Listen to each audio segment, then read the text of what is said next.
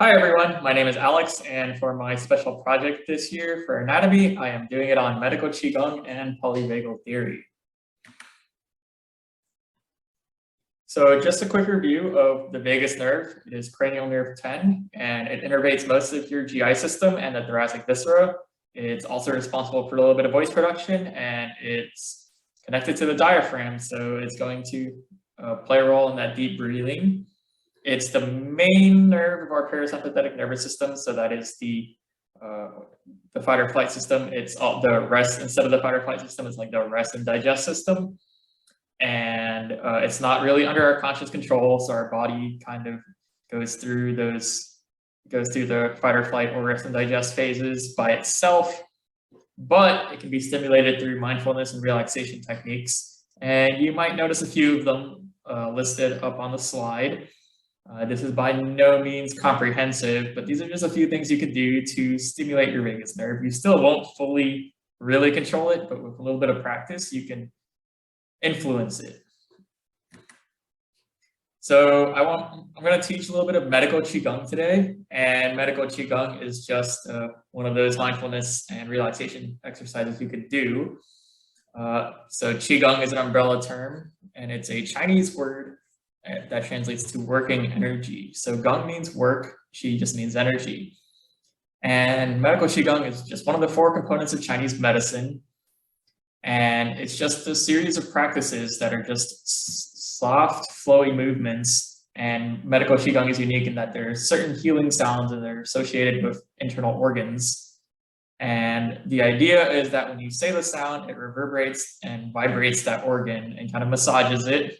Your mileage may vary on that one, but if you've ever been to a yoga class and you've ever chanted the word Om, maybe at the end of a class, you might find that when you say it and everyone else says it, there's a little bit of vibration that goes on and it vibrates throughout your whole body. So that's kind of the idea.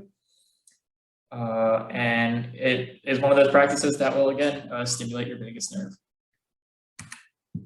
So the order of the organs that we're going to do today, there are 6 of them, and there's a season associated with each of them. So we're just going to go through the seasons of the year. And we're going to start with spring, and that is the liver. So the liver's job is to filter out toxins, and it produces some bile, which helps you digest fats.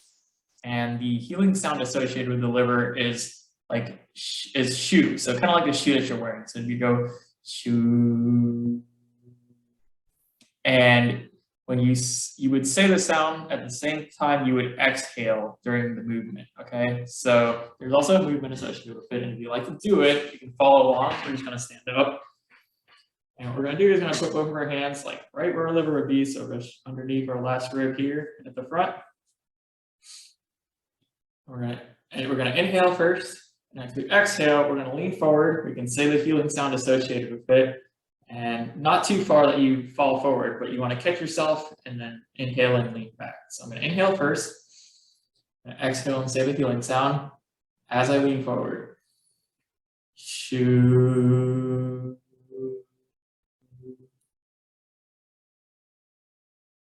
Shoo.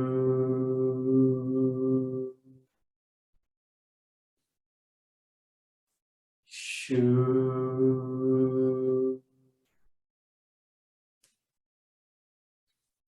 All right, so in a regular Qigong practice, you would normally do each of these for 6 repetitions, but in an abbreviated Qigong practice, you would do it for 3.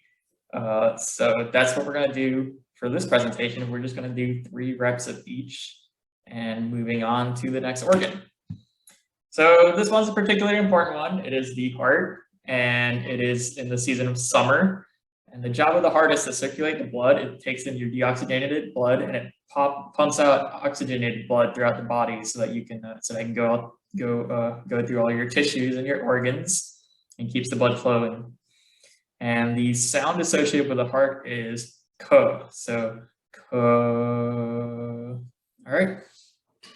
So again, every movement's going to start standing up. And for this one, as you inhale, you're going to bring your hands up just to your side. Palms facing down. You're going to circle them up. You're going to circle them up and down. So as you reach here and you bring your hands down, that's when you would exhale and say your healing sound. Okay. Good inhale. All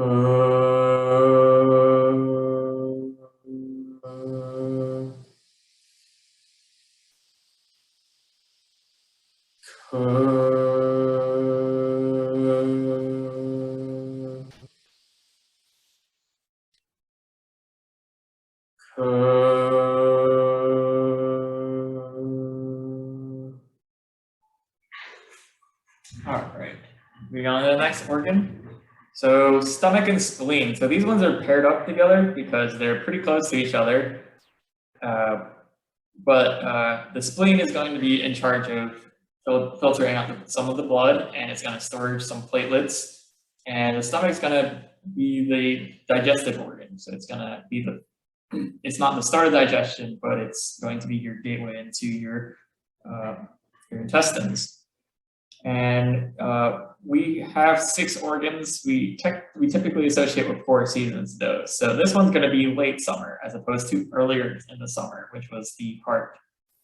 So here the sound is going to be who. So just who. Right. So for the movement, we're going to bring our hands. We're going to bring our palms facing the air as we circle up, and we're going to bring one hand up, palms facing up, the other hand down, palms facing down, just like this as we exhale. And you're just going to switch sides for every breath. All right. So inhale.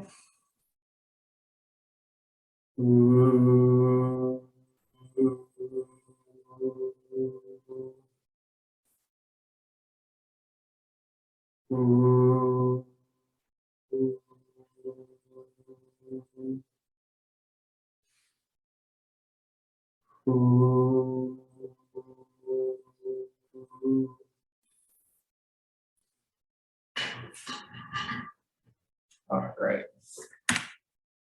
So moving on to the season of fall, we have the lungs. The lungs is responsible for breathing and gas exchange. And the idea is it's going to bring in the oxygen to the body and oxygenate red blood cells, and it's going to breathe out carbon dioxide. And the healing sound associated with lungs is a s sound. So okay.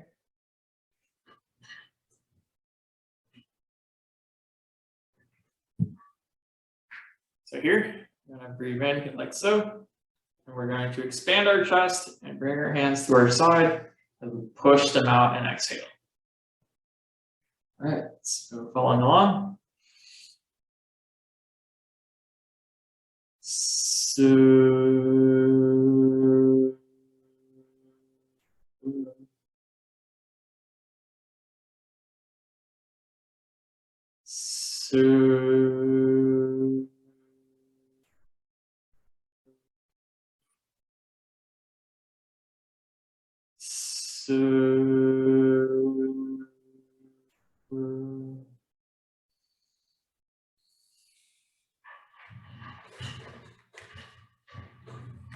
All right, next we've reached the season of winter, and we are now working on the kidneys.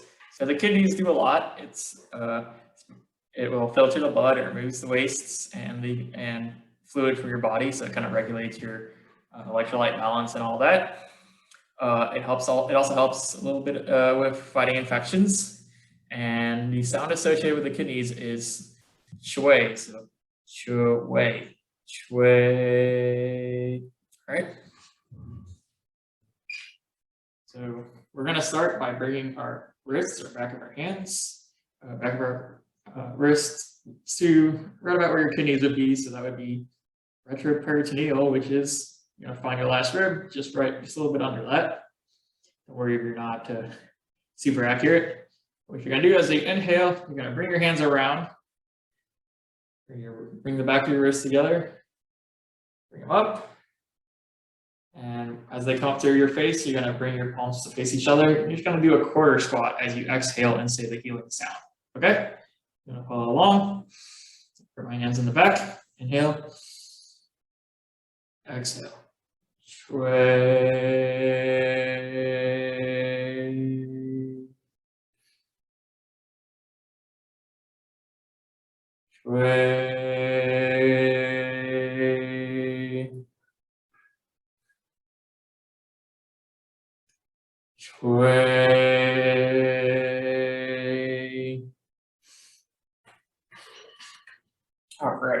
So our last organ, or not really an organ, but it's more like an energetic pathway, or like some meridians in Chinese medicine. So this is also similar to like acupuncture. I don't know a lot about acupuncture, so I'll leave this for you to look up if you're curious what this really is. But it's really just 3 different meridians, and it's you've got the upper burner, the middle burner, and the lower burner. So that's the triple burner. And so the upper burner is the heart and the lung. The middle burner is the spleen, stomach, and small intestine. And the lower burner is the large intestine, kidney, urinary bladder, your liver, and your gallbladder. And so you might notice we worked on a lot of these already. So this is kind of why it's the last on the list. It kind of just evens up, it kind of just concludes the practice. And the sound is like she, so it's exactly as it is spelled. All right. Here, we're gonna start just like a lot of the other exercises. Just gonna, as you inhale, you're gonna bring your hands facing the ceiling. So you bring them up. As you exhale, you're gonna bring your hands together like this, facing the ceiling, and you're just gonna bring them up as you exhale. All right.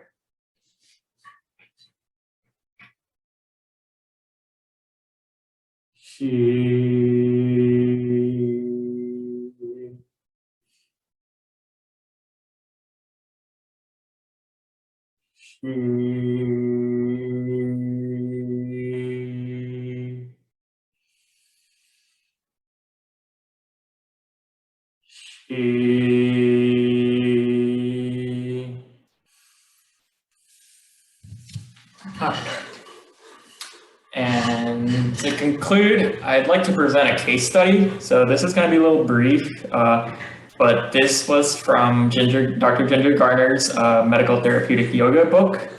And this is a case study of a child who we're going to call him Gabriel. The real patient name has been changed, but this is a true story.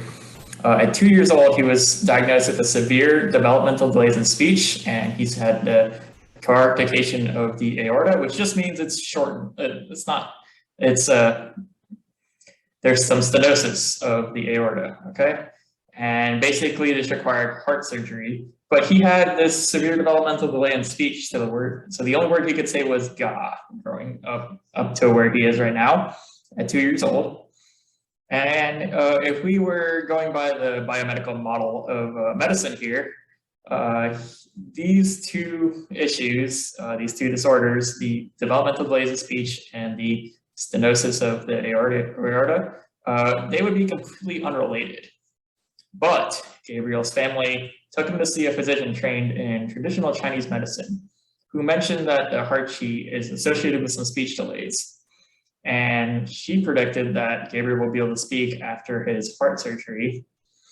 And that sounds a little crazy, but it was true. She was right. After his cardiothoracic surgery, Gabriel was able to speak, and it's a very heartwarming story because the first word he said was "mama," and he would go on to develop normal speech patterns. So there's really no hard science behind it. You can kind of say that like there's a atypical neurofeedback because of his heart disorder affecting his vagal tone. And as we mentioned earlier, the vagus nerve is kind of partly responsible for voice production and kind of sound production. And sound is kind of a pathway to the vagus nerve as well. So if you have a heart disorder, you may have, it may affect other things, of course, and it's not accounting for the fact that you would have less blood flow. Anyway, so another way to kind of explain it is a theory called polyvagal theory. So I suppose it's a little kind of hard to explain, but it suggests that there's 2 different systems for the vagus nerve, and basically you've got your mammalian response, which is like your upper diaphragm, and your reptilian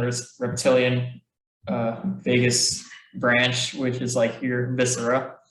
And all of that is interconnected through sound and voice, and it's kind of responsible for like the fight, flight, or freeze or shut down response. So if you have a stressor, you have really just three options, right? You have fight, flight, so fight or flight, or you can freeze and shut down.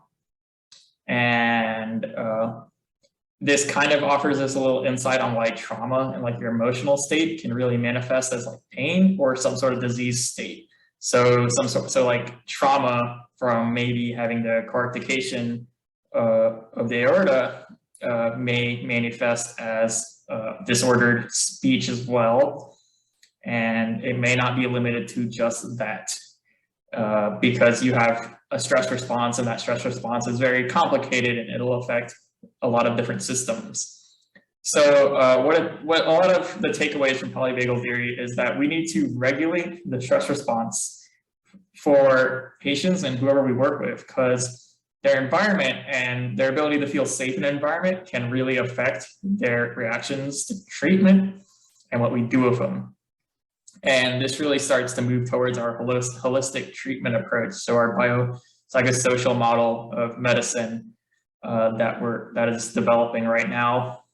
And a lot of these techniques from yoga, Tai Chi, and again, some medical Qigong, it could help a lot. And this is one of the mechanisms in which it can be explained as to why it helps. If you'd like to learn more, Dr. Kindergartner did talk about this story in a lot of her podcasts. I've linked to one of them. And I've added a few references here. If you want to know more about medical Qigong or medical therapeutic yoga or polyvagal theory, or just learn more about that case study, I encourage you to follow a few of these links. And thanks for watching.